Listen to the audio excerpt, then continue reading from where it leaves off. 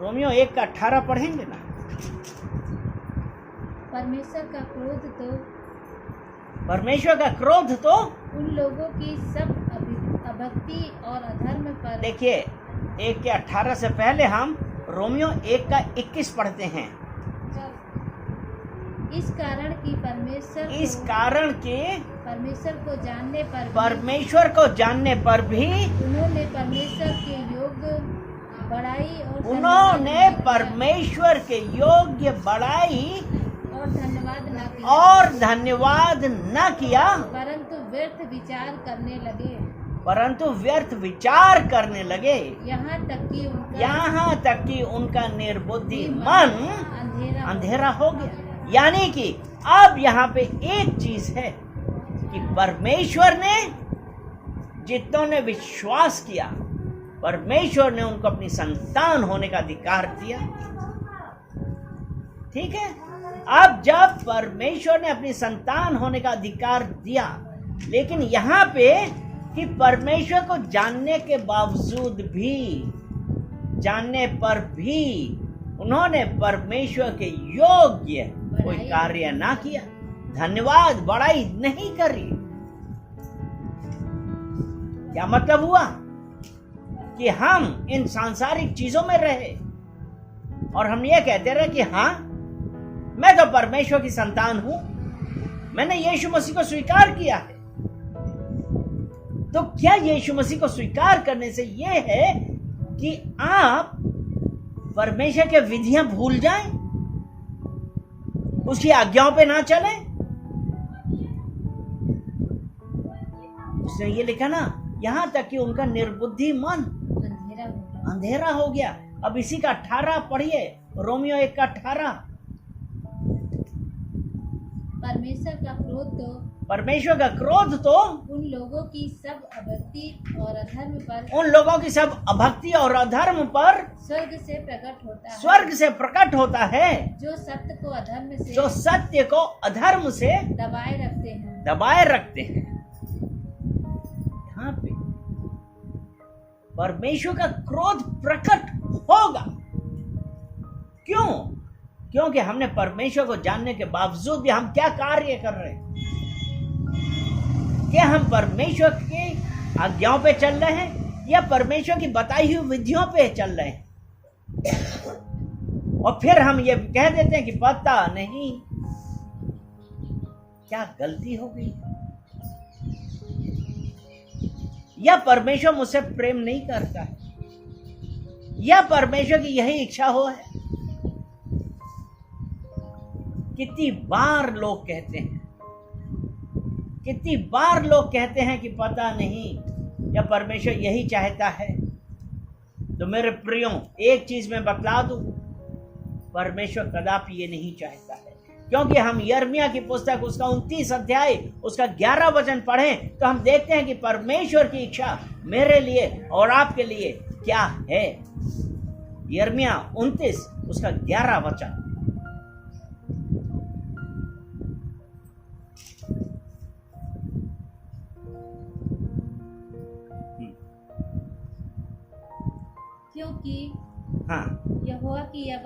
क्योंकि यहोवा की यह वाणी है कि जो कल्पनाएं मैं तुम्हारे विषय में करता हूँ उन्हें मैं जानता हूँ। अर्थात यानी कि वो परमेश्वर ये कह रहा है कि जो कल्पनाएं मैं तुम्हारे विषय में, बोलिए, जो कल्पनाएं परमेश्वर मेरे विषय में करता है, परमेश्वर ने क्या कहा कि वो जानता है। यानी कि परमेश्वर वो जानता है उसने जो कल्पनाएं मेरे विषय में करी हैं वो क्या हैं, वो लाभ की हैं, वे हानि की नहीं वरन कुशल की हैं, और अंत में तुम्हारी आशा पूरी करूंगा। हालेलुया। अब आप यहाँ पे ये देखिए कि अगर आप ये कहते हैं कि पता नहीं मेरे साथ ऐसा क्यों, मैं तो परमेश्वर की संतान हूं, मैं परमेश्वर का पुत्र, परमेश्वर की पुत्री हूं, तो मेरे साथ क्यों? लेकिन रोमियो 1:18 1:21 में बतलाया है कि परमेश्वर को जानने के बावजूद भी हमने धन्यवाद किया। मतलब हम अपनी गलती तो नहीं मान रहे हैं और उसके बाद परमेश्वर पे दोष लगा रहे हैं और ये कहते हैं मैं तो खूब प्रार्थना करता हूं, मैं तो बाइबल पढ़ता हूं, परमेश्वर मेरी क्यों नहीं सुन रहा। लेकिन परमेश्वर हमसे क्या चाहता है कि हम उसकी आज्ञाएं माने, उसकी विधियों पे माने, क्योंकि परमेश्वर क्या था 29:11 पढ़िए, यिर्मयाह 29:11 कि वो जो कल्पनाएं मैं तुम्हारे विषय में करता हूं उन्हें मैं जानता हूं, वो हानि की नहीं वरन कुशल की हैं, अंत में तुम्हारी आशा पूरी करूंगा। वो परमेश्वर की इच्छा है हमारे विषय में। तो हम अपने आप को देखें कि हम कहां पे गलत हैं। कह तो दिया हम परमेश्वर के पुत्र हैं। यिर्मयाह 29 उसका 13 वचन पढ़िए। तुम मुझे ढूंढोगे और पाओगे भी क्योंकि तुम अपने संपूर्ण मन से मेरे पास आओगे। तुम अपने संपूर्ण मन से मेरे पास आओगे। हमको ये नहीं कहना है कि पता नहीं मेरे साथ ऐसा क्यों हो रहा है। परमेश्वर ने आपको रोमियो में पहले ही बताया कि धन्यवाद देना सीखिए, क्योंकि परमेश्वर हमारे दिमाग में जो व्यर्थ विचार आते हैं, उसमें यही लिखा है ना 21वां रोमियो के, कि यहां तक कि उनका निर्बुद्धि मन अंधेरा हो गया। तो प्रियो, परमेश्वर आपसे प्रेम करता है। परमेश्वर ने आपके लिए उसका प्लान आपके लिए जो है, उसने कहा है कि मैं उन्हें जानता हूं, वो तुम्हारे हानि की नहीं वरन कुशल की। और परमेश्वर ये कहता है कि तुम मुझे ढूंढोगे और पाओगे भी। पढ़िए 13। तुम मुझे ढूंढोगे और पाओगे भी क्योंकि तुम अपने संपूर्ण मन से मेरे पास आओगे। अर्थात क्या मतलब हुआ कि आज जब हम उस परमेश्वर को ढूंढेंगे, परमेश्वर कहता है कि तुम पाओगे, लेकिन सबसे पहले हम अपने आप को जांचें।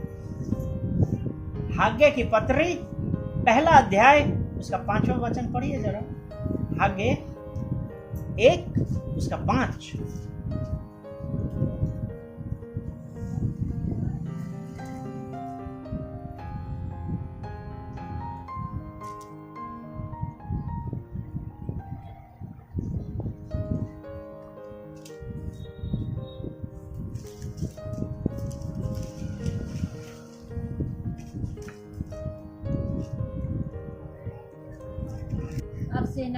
इसलिए अब सेनाओं का यहोवा यूं कहता है, अपनी चाल चलन पर ध्यान करो। अपनी चाल चलन पर ध्यान करो। अगर हम ये बोलते हैं कि पता नहीं क्यों हमारे साथ ऐसा हो रहा है, लेकिन परमेश्वर ने कहा तुम ढूंढोगे और मुझे पाओगे अभी, क्योंकि तुम संपूर्ण मन से यहोवा को खोजते हो। अगर नहीं है तो परमेश्वर का वचन ये हमसे कह रहा है, अपने चाल चलन पर, अपने चाल चलन पर ध्यान करो। अपने आप को जांचिए कि हम कहां पे गलत हो रहे हैं। अगर हम आज उस परमेश्वर के सामने आएंगे और परमेश्वर से कहें कि मेरी मर्जी नहीं वरन पिता परमेश्वर आपकी मर्जी मेरे जीवन में होने पाए,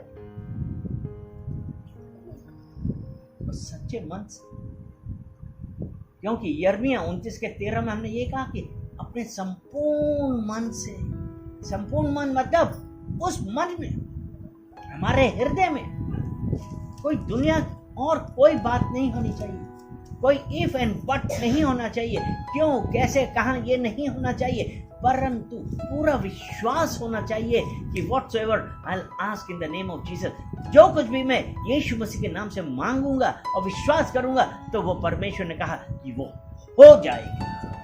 हालेलुया। वो परमेश्वर आज हमारे जीवन में करने के लिए तैयार। जब हम उस परमेश्वर के पास अपने संपूर्ण मन से आते हैं। रोमियो की पत्री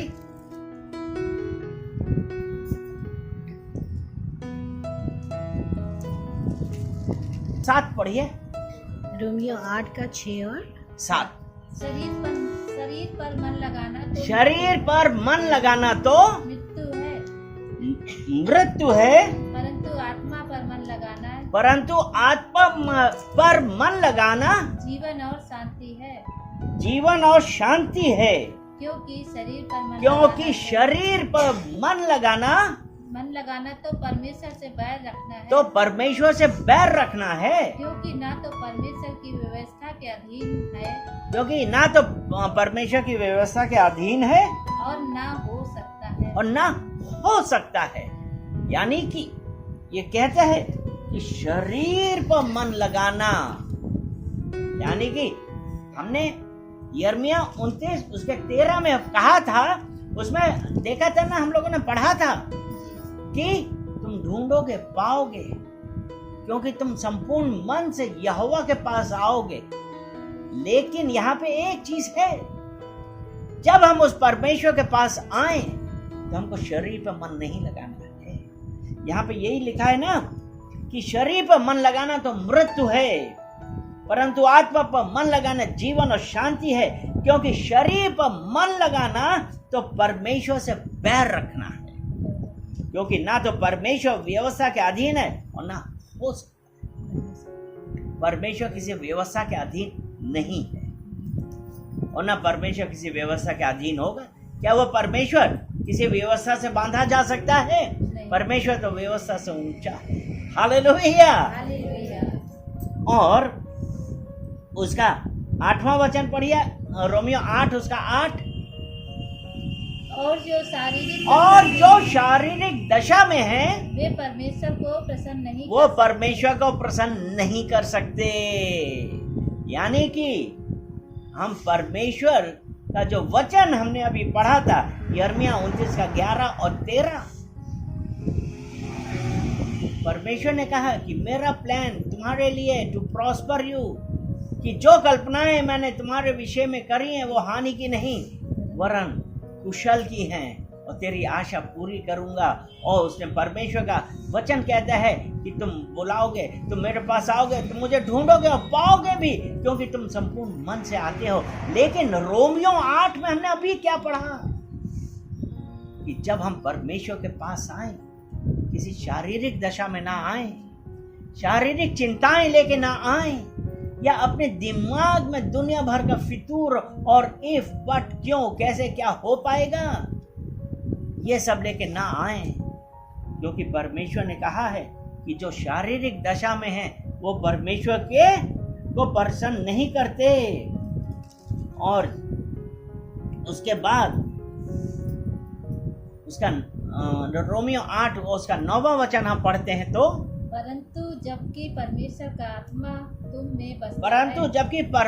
का आत्मा तुम में बसता है तो तुम शारीरिक दशा में नहीं परंतु आत्मिक दशा में हो।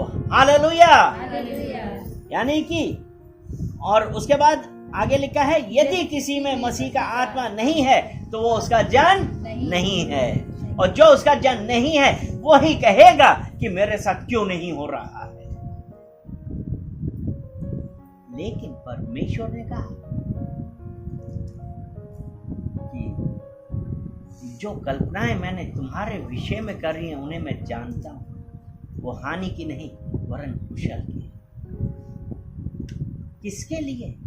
जो आत्मिक दशा में उस परमेश्वर के साथ है। क्योंकि अभी हमने पढ़ा ना कि परमेश्वर का आत्मा तुम में बसता है, और अब हम शारीरिक दशा में नहीं है। इसलिए रोमियो 8 उसका 14 पढ़ें। इसलिए कि जितने लोग परमेश्वर के आत्मा के चलाए चलते हैं परमेश्वर के आत्मा के चलाए चलते हैं, वे ही परमेश्वर के पुत्र हैं। वे ही परमेश्वर के पुत्र हैं।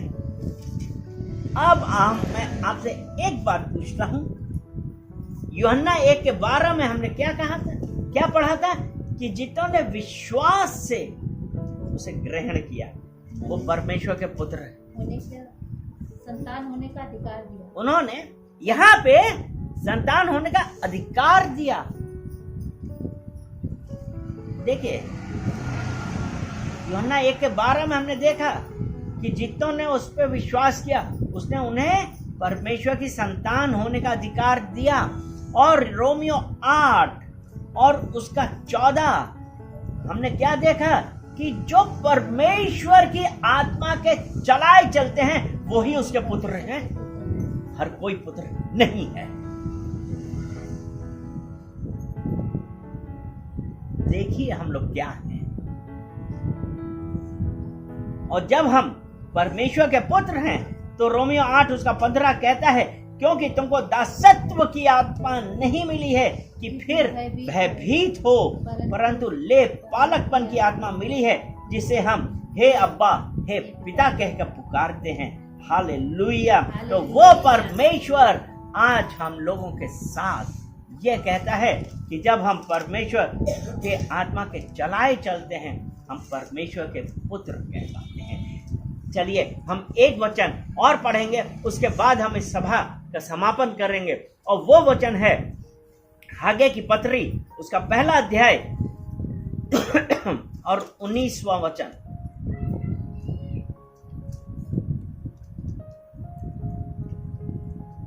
हागे 1 अध्याय 19 वचन, वो 2 अध्याय 19 वचन, हम पहला कह रहे हैं 2 अध्याय 19 वचन, क्योंकि पहले में तो 19 है ही नहीं।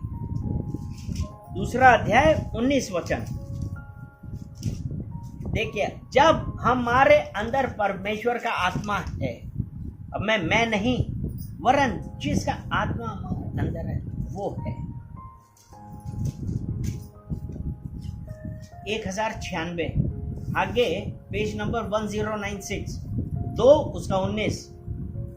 जब परमेश्वर का आत्मा हमारे अंदर है और हम परमेश्वर के पुत्र हैं, क्योंकि हम जब परमेश्वर के आत्मा के चलाए चलते हैं हम परमेश्वर के पुत्र कहलाते हैं। और जब हम परमेश्वर के पुत्र हैं तो आप देखिए परमेश्वर ने हमारे जीवन में क्या आशीष दी है। हागे 2 उसका 19 वचन, क्या अब तक बीज खत्ते में है? अब तक दाखलता और अंजीर, अब तक दाखलता और अंजीर और अनार और जैतून के वृक्ष नहीं फले, परंतु आज के दिन से मैं तुमको आशीष देता रहूंगा। बोलिए हम परमेश्वर से अपनी आशीष स्वीकार करते हैं। हालेलुया। हम धन्यवाद देते हैं कि पिता परमेश्वर आपने अपने वचनों के द्वारा हम लोगों से बातें करी हैं। पिता परमेश्वर हम धन्यवाद देते हैं और पिता परमेश्वर प्रार्थना करते हैं कि पिता परमेश्वर हम आपकी आत्मा के चलाए चले, जिससे हम आपके पुत्र और पुत्री कहलाएं। पिता परमेश्वर हम धन्यवाद देते हैं और सारा आदर महिमा हम आपको देते हैं। कहते हैं कि परमेश्वर मेरी मर्जी नहीं वरन आपकी मर्जी मेरे जीवन में होने पाए। धन्यवाद देते हैं, सारा आदर महिमा हम आपको देते हैं यीशु मसीह के नाम से। आमीन आमीन आमीन।